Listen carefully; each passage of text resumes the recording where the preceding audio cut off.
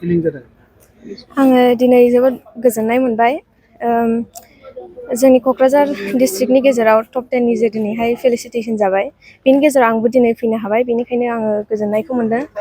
आरो आंनि हार्डवार्क खालि आंनिल' नङा, आंनि फेमिलिनिफ्राय, आंनि बिमा बिफानि, आंनि गार्जेननि आरो आंनि कलेजनिफ्राय, आंनि टिचारफोरनिफ्राय आं गोबां हेल्प मोननायखाय आङो दिनैहाय गोजोननायखौ मोनबाय आरो दिनै आङो बिसिम गसंफैनो हाबाय आरो आङो नेक्स्टआवबो बेबायदिनो एचिभ खालामलांबाय थानो हागोन होननानै आङो आसा खालामो। आङो 88% साइन्स स्ट्रिमनिफ्राय। मा मोनखो दिनै? दिनैहाय मोनसे साइटेसन मोनबाय आरो नैबे आर'नाइजोंहाय मान बावनायखौ मोनबाय आरो केस 20,000 मोनबाय दिनै। इयुन समाव मा थांखि लानानै बा मा फरायनो सानदों दा? आङो मेडिकेलाव थांनो थांखिखौ लादों, बेनिखायनो आङो निटनि थाखाय कचिं लागासिनो इन्टिग्रेटेड स्कुलाव 1 इयारनि थाखाय कचिंखौ लागोन आरो। नैबेबायदि टप 10 मोननो थाखाय जोंनि माखासे इयुन जोलै गथ'फोरखौ माबायदि फरायनांगौ होननानै सानो, मा फोरमायगोन?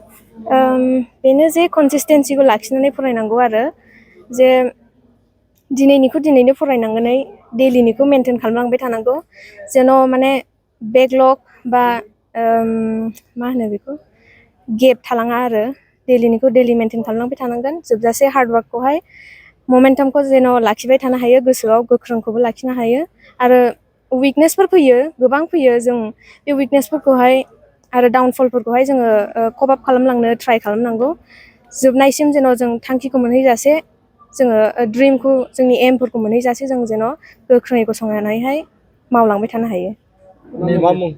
आंनि मुङा रशनि इसवारि। आङो गसाइगावनि हावरिया पेन मुंनि मोनसे गामिनिफ्राय आरो गसाइगाव साइन्स एकाडेमि मुंनि कलेजाव आं फरायदोंमोन। Hello everyone, my name is Abhishek Karmakar.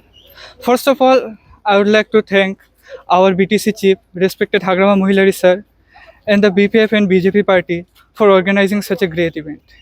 Next, I want to thank my parents, my teachers at the Reality Public School, and everyone else who was there for me throughout my journey.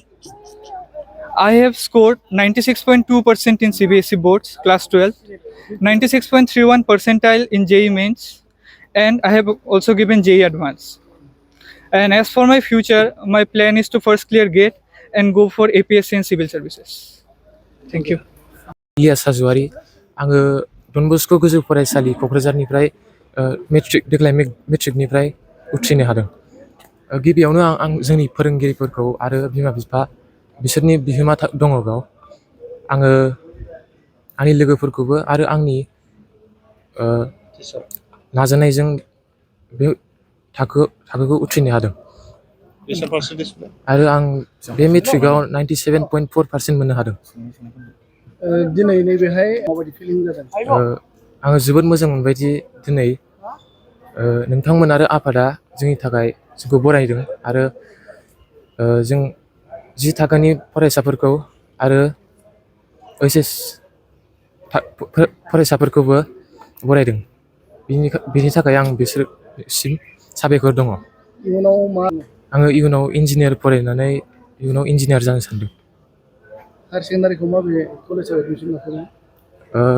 Higher सेकेन्डारिखौ आं relative public स्कुलाव admission लाबाय आरो आं इयुनावबो 10 थाखोनि बादियैनो ओइचएसआव बिब्दिनो percent मोननो थांखि लादों। इलियास हाज'वारि।